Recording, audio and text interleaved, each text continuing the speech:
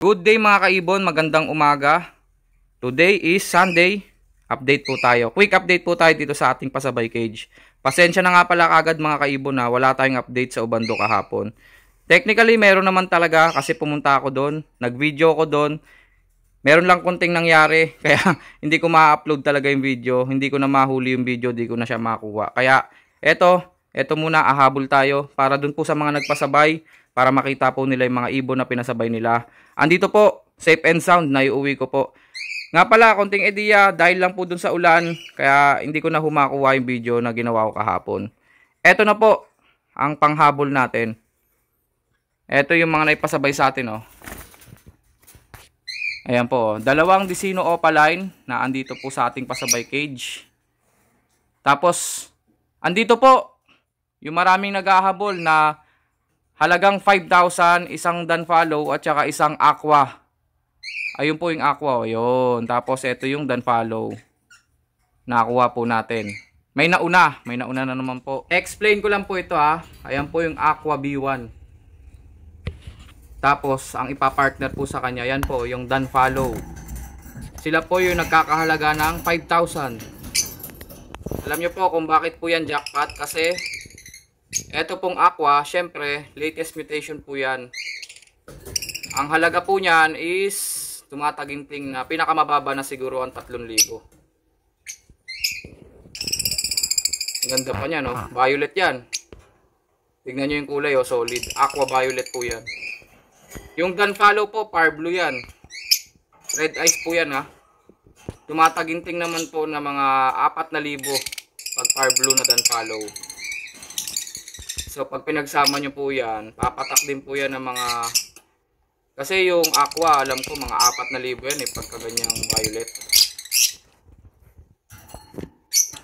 Siguro papatak din po yan ng 8 hanggang 7,000. Pero syempre naka promo 5,000, dalawa na sila. Isang visual Aqua, isang visual Dunfollow. Pag yan po sila nag-inakay, ang project po nyan is Aqua B1 or B2. Sure split Dunfollow. Kasi visual Dunfollow po yung isa. Ayan po, ito yung Dunfollow. Doon po natin nakukuha ang mga split. Dinedeclare po na split ang mga ibon kapag ang isa sa parents nila ay visual. Kagaya po niyan, visual Dunfollow po yung isa sa parents. Pag nag-anak po yan ng non-visual o hindi red eyes o hindi Dunfollow, automatic split sa Dunfollow kasi po Dunfollow siya. Alright, konting kaalaman lang po, no? Sa possible naman po, konting knowledge lang din po. Yung possible naman po, dinedeclare po na possible yung mga ibon. Ang ibig po sabihin kasi ng possible is possible split. Ayan po ang ibig sabihin yan. Lumalabas naman po, na-declare naman po ang possible kapag yung parents po dalawang split. Bibigyan ko po kayo ng idea, ha. Yan, dalawang Desino Opaline na yan, naka-split po sa ino yan.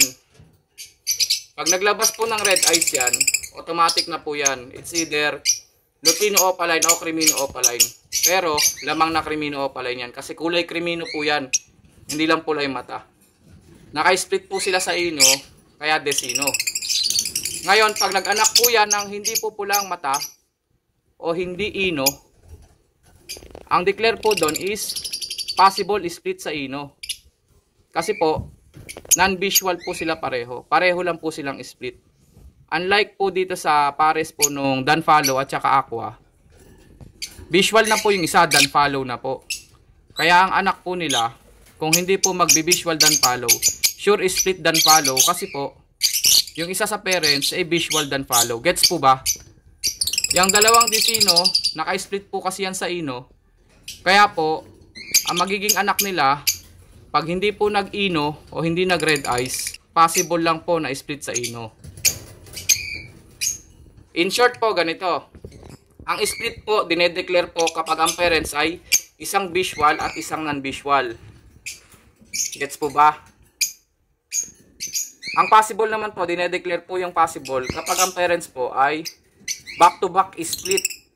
Tapos yung ibon po ay hindi po nag-visual sa ino. Hindi nag-visual dun sa split ng mga parents. Medyo nakakalito po, ha, pero maintindihan nyo rin po yan. Uulitin ko po, ha. dinedeclare po na split ang ibon kapag ang parents po ng ibon ay isang visual at saka isang non-visual. Gets?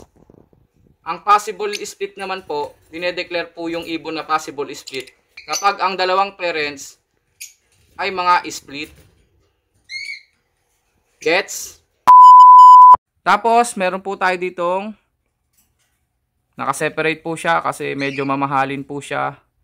Siya po ay Aqua Ewing Opa B1. Oops, focus. Split dan follow. Direct split po yan. Naka-DNA po na lalaki. Dito naman po sa ilalim, ito po yung napakagandang Aqua Opa Violet. Ayun po siya. Aqua Opa Violet po yan. B2. Tapos meron pong pied. Ayun o. Yung violet pied na napakaganda ng markings. Focus. Ay, ang gaganda. Tapos, ito po, dan follow po yan. Yung nakatungtong sa perch. Lalaki yun ah. Oh. Lalaki yun. Yun yung violet. Oh, di ba? Lalaki yan. Basta gumaganyan, lalaki yan. Parang susuka siya. Yung katabi niya sa kaliwa, yun po yung Aqua Opa Pale B1 na kulay dan follow. Tapos, may kasama po sila dito mga Lutino Opaline at saka Yellow Bulls Opaline. Pares na oh. Success na po, Sir Bong. Nagpares na po. Yung napakaganda, quality na Yellow Bulls Opa ni Sir Boy. At saka Lutino Opaline na napakaganda rin, quality. Yun oh, pinakita pa yung buntot. Oh, di ba? Ayos to, marunong mag-model ah. Siya yung possible cock diyan, yung Yellow Bulls Opa ni Mang Boy. Na napakaganda, lapad ng kanyang buntot at saka lapad ng kulay pula. Ang pinartneran niya po, yan po oh. Yan Lutino Opaline ni Pres Elias na napaka-sable din. Dito naman po sa kabila, yung pang project Opa Dilute ni Sir Lito, nandun sa gitna. Nasa likod po nitong Lutino. Yang Lutino po na yan, hindi po yan Opaline. Sable na sable lang po. Isang pares po ng sable Lutino. Yung kay Sir Lito po, yan po yung project Green Opa Dilute. Kasi Green Fisher, Split Opa, Split Dilute, Sex Link Cock. Tapos, Green Opa, Split Dilute, Sex Link Hen. Saan na ba tayo? Dito sa ilalim. Natatandaan nyo pa ba yung mga na-vlog natin last week? Ito po, Emerald, back to back. White face at saka black headed. Ayan po yung kay Sir Marvin. Ganda, no? Napakaganda. Emerald. Isang pares po. Ang kasama po nila dito, mumukaan ko. Ah, ito. Ayan yung anak ng mga aqua. Dalawang Far Blue Opa, anak ng aqua. Tapos, meron tayong Desino Opa. Ito po. Desino Opa. Ito yung mga naiuwi ko kahapon eh. Yan sila. Tapos dito po, nako medyo madilim pero maliwanag pa rin.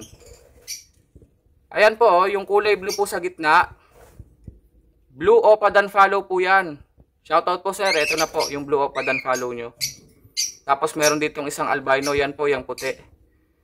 Tsaka meron din pong, yan pastel yan, dalawang yan eh. Yung dalawang far blue sa gilid, bandang kanan, mga pastel po yan sila. Yung nasa ilalim po nila, ayun oh, magkatambal na oh.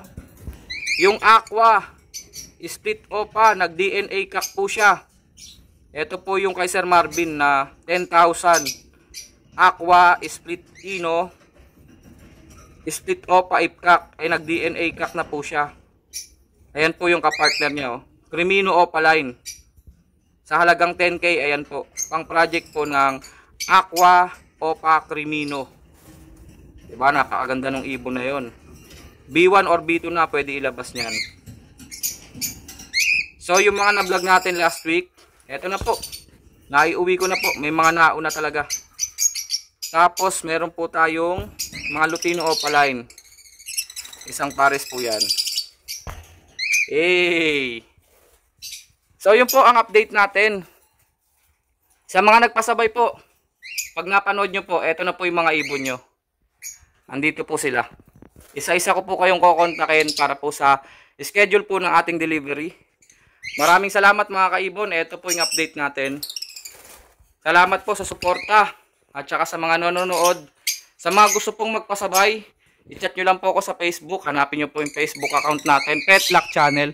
Rekta message na po kayo sa ating messenger. Maraming salamat mga kaibon. Ang pasabay po natin ay full payment first po sa GCash. Maraming salamat po ulit. Cut.